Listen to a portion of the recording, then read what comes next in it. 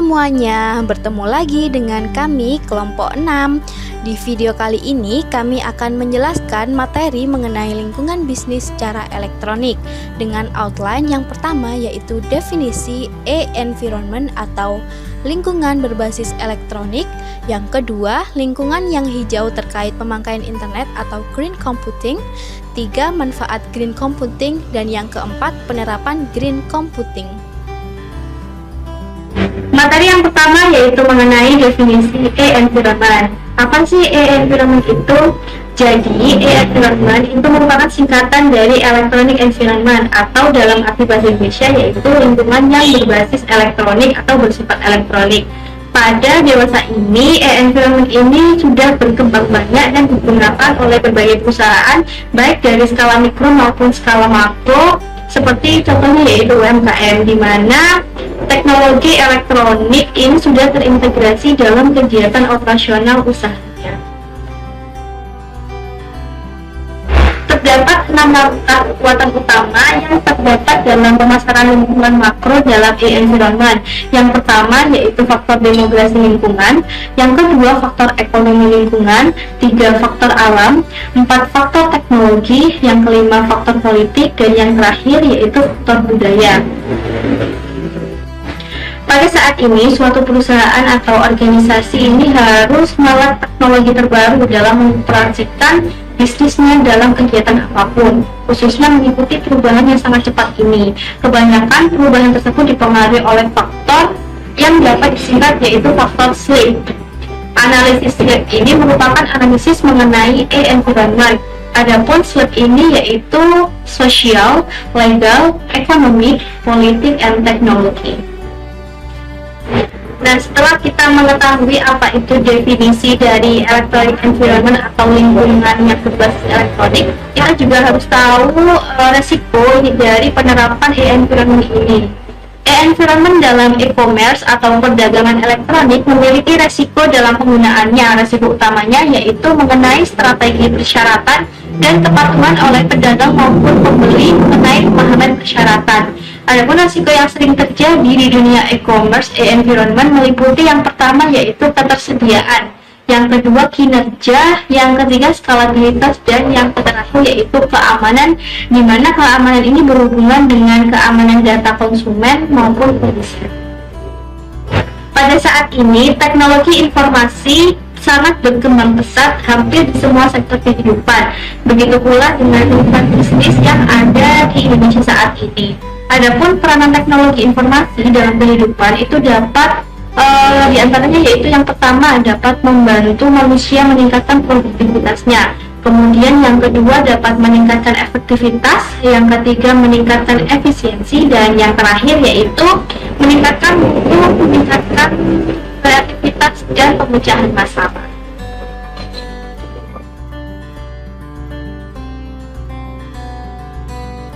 Saya Ratna Putri Andari dengan NIM 1908 10101078 akan menjelaskan materi selanjutnya yaitu tentang lingkungan yang hijau terkait pemakaian internet atau green computing.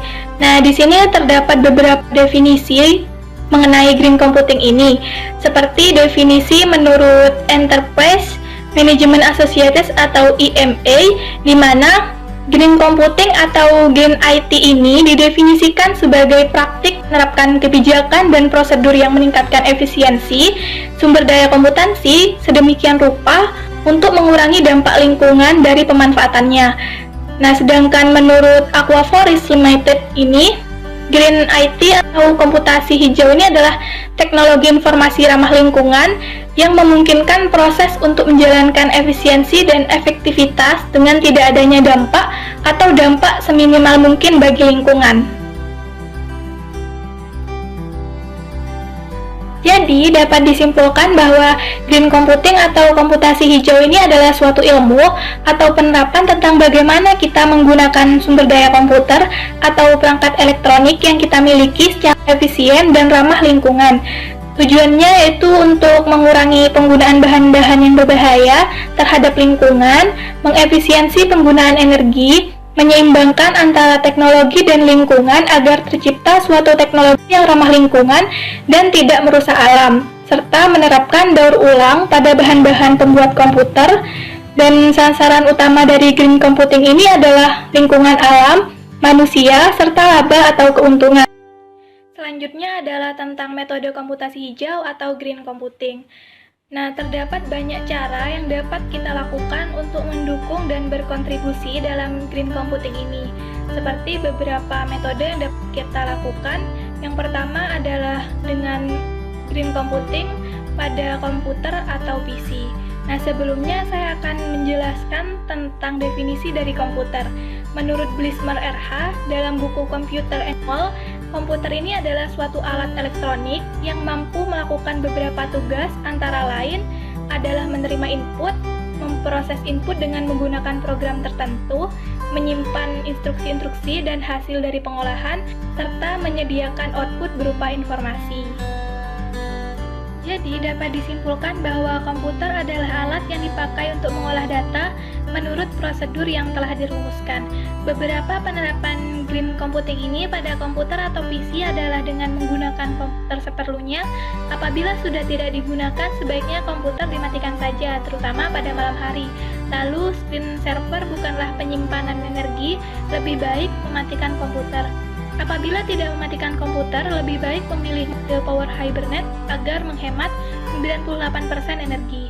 Menggunakan PC dan printer yang sama agar memudahkan proses recycle, lebih baik menggunakan RAM daripada mengupgrade RAM daripada membeli PC baru, dan lebih baik memilih virtualisasi daripada membeli hardware baru karena dapat menghemat 70% energi. Dan jangan terlalu cepat membuang atau mengganti PC, lebih baik melakukan recycle atau donasi.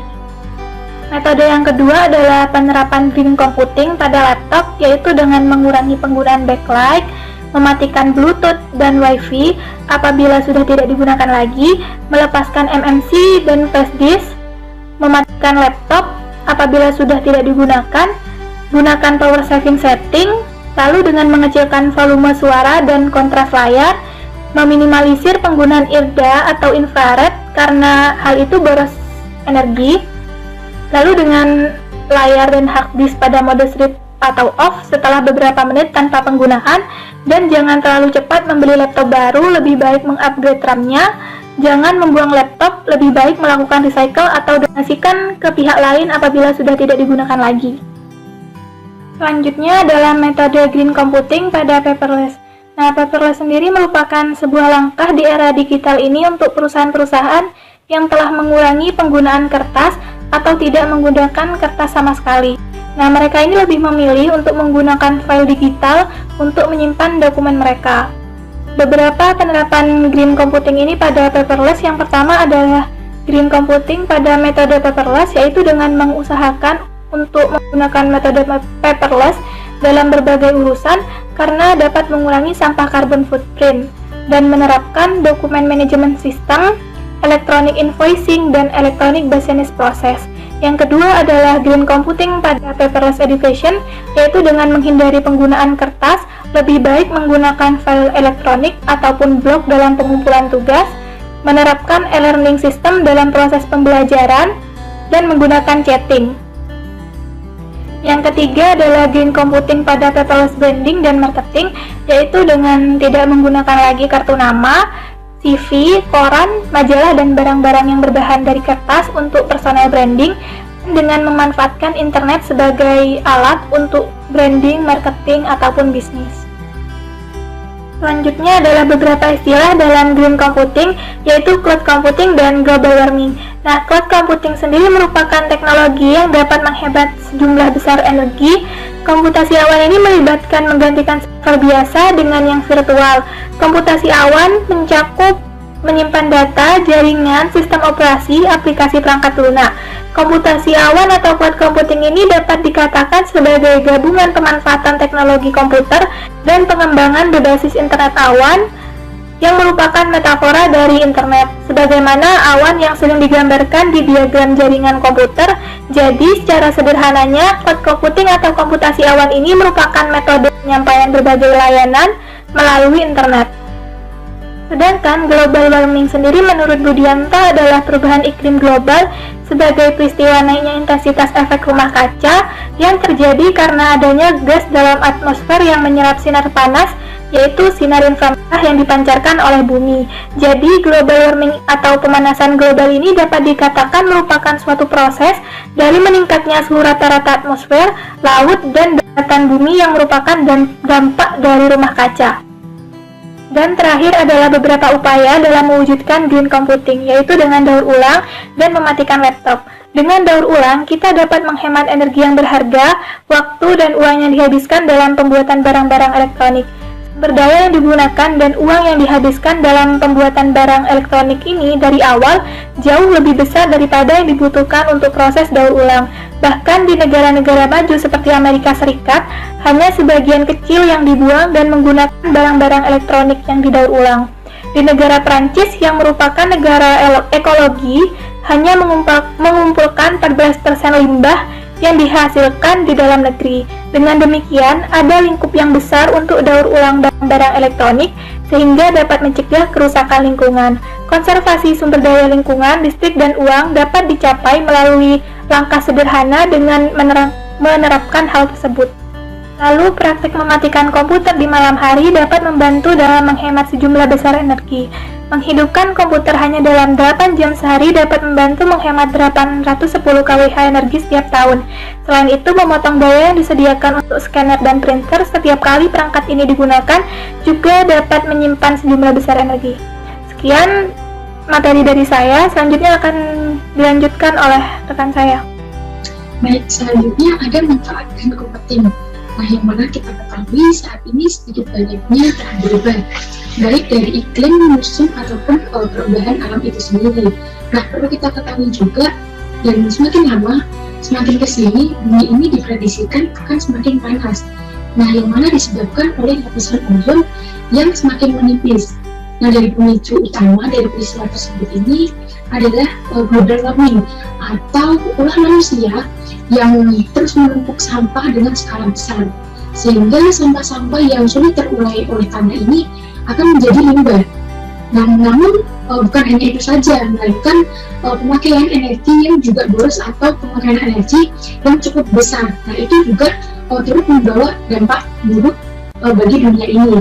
Nah, di sini ada data pemakaian ICT di Indonesia, yang mana di sini ada stasiun pemancar TV itu sendiri, radio, terus ada pelanggan ponsel, pelanggan internet, ataupun ponsel.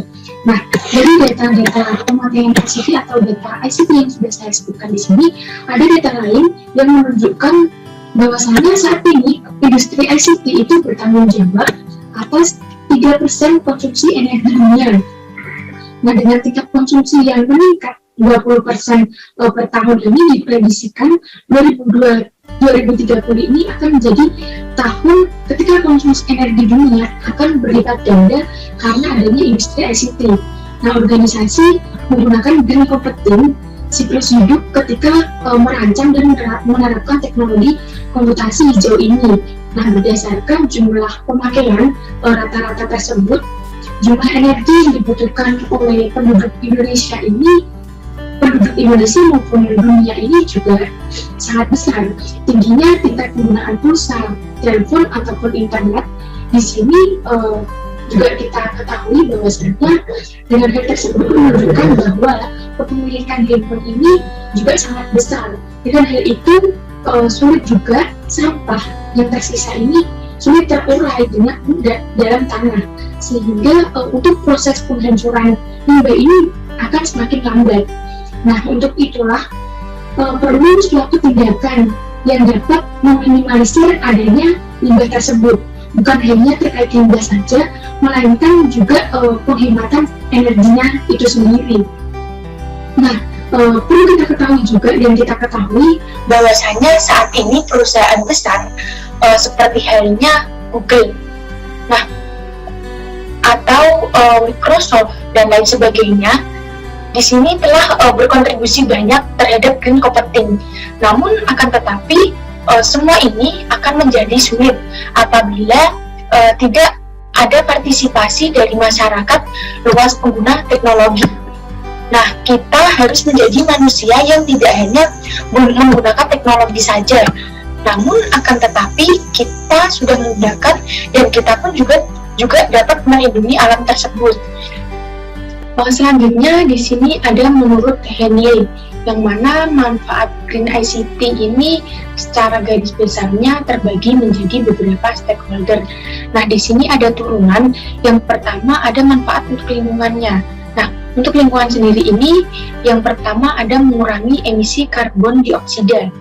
Nah, dengan adanya Green ICT, resiko dari perubahan iklim yang menjadi penyebab cuaca tidak konsisten, banjir, hingga gangguan ekonomi yang disebabkan oleh emisi karbon dioksida ini bisa dihindari atau mengurang. Nah, yang kedua ada mengurangi konsumsi sumber daya. Dengan Green ICT, penggunaan sumber daya komutasi secara efisien dengan cara memaksimalkan efisiensi energi, memperpanjang masa pemakaian perangkat keras, dan meminimalkan penggunaan kertas dan beberapa hal teknis lainnya. Yang ketiga ada menaati peraturan. Nah, dengan Green ICT, di sini kita dapat menaati peraturan. Yang mana karena dengan Green ICT di sini kita sudah memenuhi peraturan di masa depan karena sudah sesuai dengan apa yang diharapkan oleh lingkungan dan masyarakat sekitar. Selanjutnya di sini juga ada manfaat untuk perusahaan. Yang pertama, hemat beban listrik. Nah, di sini berarti dapat meminimalisir anggaran pembiayaan listrik bagi perusahaan, sehingga pengeluaran dari perusahaan ini dapat digunakan untuk pengeluaran yang lainnya. Terus yang kedua juga mengurangi beban operasi dan center, di mana di sini untuk mengurangi biaya pemeliharaan properti. Dan yang ketiga membutuhkan lebih sedikit hardware, yang mana dengan cara memaksimalkan fungsi dari hardware tersebut sehingga hardware yang dibutuhkan ini nantinya lebih sedikit.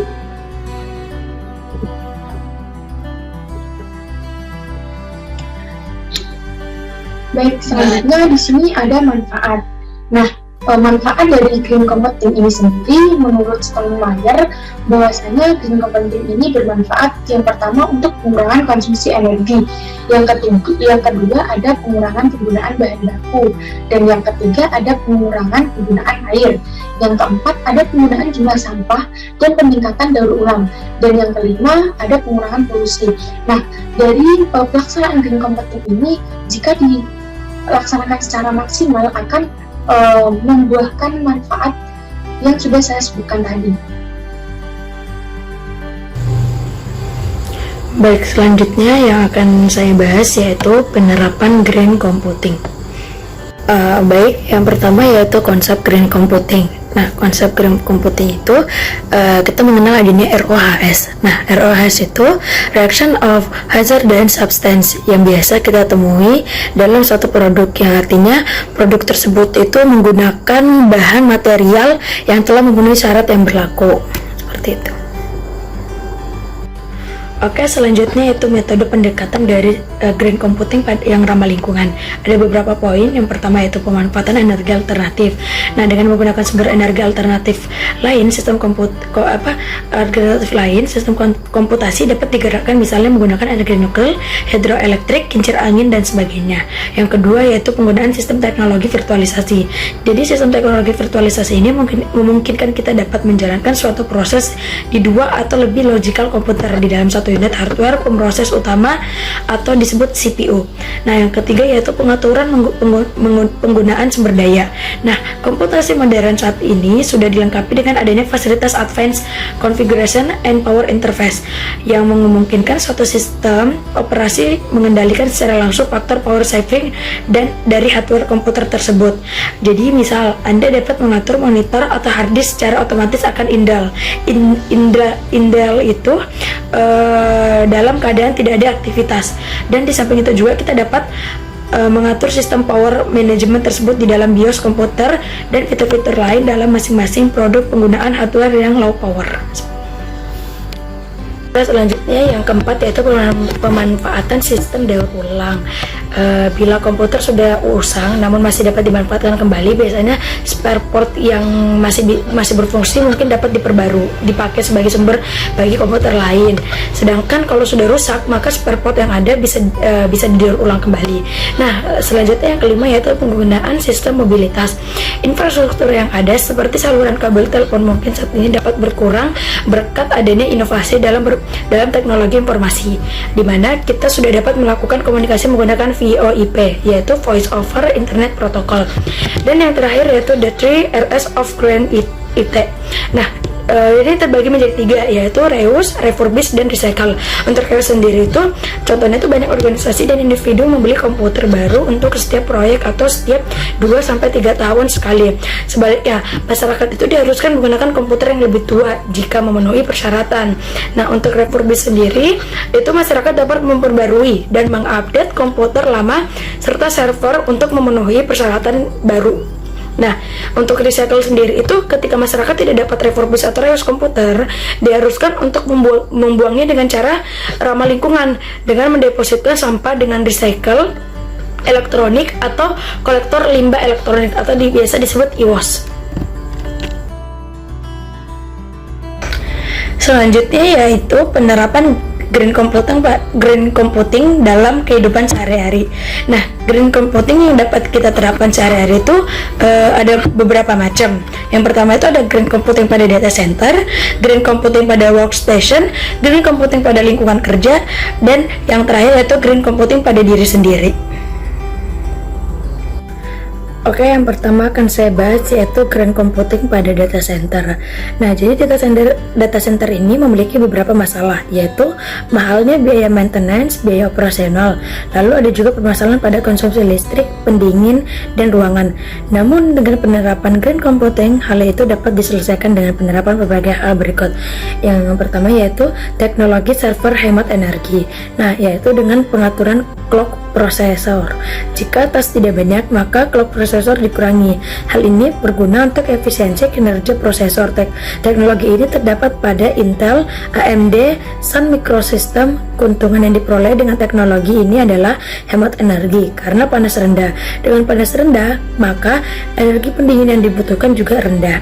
Yang selanjutnya yaitu teknologi virtualization. Dengan teknologi virtualization, dari sebuah mesin di dalamnya memiliki 3 mesin. Namun secara virtual, keuntungan yang didapat dengan teknologi ini adalah hemat ruang, energi, kabel, dan optimalisasi mesin. Lalu yang ketiga yaitu teknologi blade server. Nah, untuk teknologi blade server ini teknologi yang membuat tampilan server dengan bentuk fisik horizontal, dikarenakan bentuk ini dirasa lebih hemat ruang, kabel, dan energi dibandingkan bila bentuknya fisik vertikal. Dan yang terakhir yaitu data center power efficiency matrix, yaitu adalah teknologi untuk penghematan penggunaan energi dengan 2 parameter, PUE yaitu power usage efficiency, DCE data center efficiency. Hasil pengukuran Lawrence Berkeley National Labs terhadap 22 data center menunjukkan nilai PUE antara 1,3 hingga 3,0. Baik, selanjutnya yaitu green computing pada workstation. Jadi biasanya pada sebuah perkantoran atau yang disebut workstation itu merupakan penyedot energi terbesar. Tetapi dengan solusi berikut yang berpatokan pada green computing, hal tersebut dapat diakali. Yang pertama dengan teknologi power management. Jadi teknologi power management ini terdapat pada BIOS atau melalui ACPI, Advanced Configuration and Power Interface, yaitu akan memotong penggunaan energi rata-rata sebesar 25% konsumsi energi. Lalu yang kedua yaitu tim klien. Tim klien ini dengan konsumsi energinya hanya sebesar 50%. Lalu yang terakhir yaitu ganti desktop PC dengan laptop. Jadi dengan pergantian desktop PC dengan laptop, jelas penggunaan energi pada workstation akan berkurang besar dikarenakan konsumsi energi laptop lebih kecil dibandingkan dengan konsumsi energi pada PC. Oke, selanjutnya itu green computing pada lingkungan kerja. Jadi dengan penerapan green computing pada lingkungan kerja ini, kita dapat menghemat biaya maintenance, operasional, energi, dan juga transportasi. Nah, untuk itu ada penerapannya, ada 3 pilihan. Yang pertama ada Skype, solusi VoIP, solusi S1M, dan yang ketiga itu solusi Unfiltered Communication. Oke, untuk pembahasan yang terakhir yaitu green computing pada diri sendiri. Nah, jadi green computing pada diri sendiri ini adalah hal yang kita bisa lakukan pada sehari-harinya. Misalnya dengan menggunakan komputer daur ulang atau menggunakan komputer dulu yang di-upgrade speknya, menggunakan kertas daur ulang untuk memprint, gunakan layar monitor seperlunya. Inti dari green computing pada diri sendiri adalah penggunaan energi secara hemat dan efisien. Terima kasih.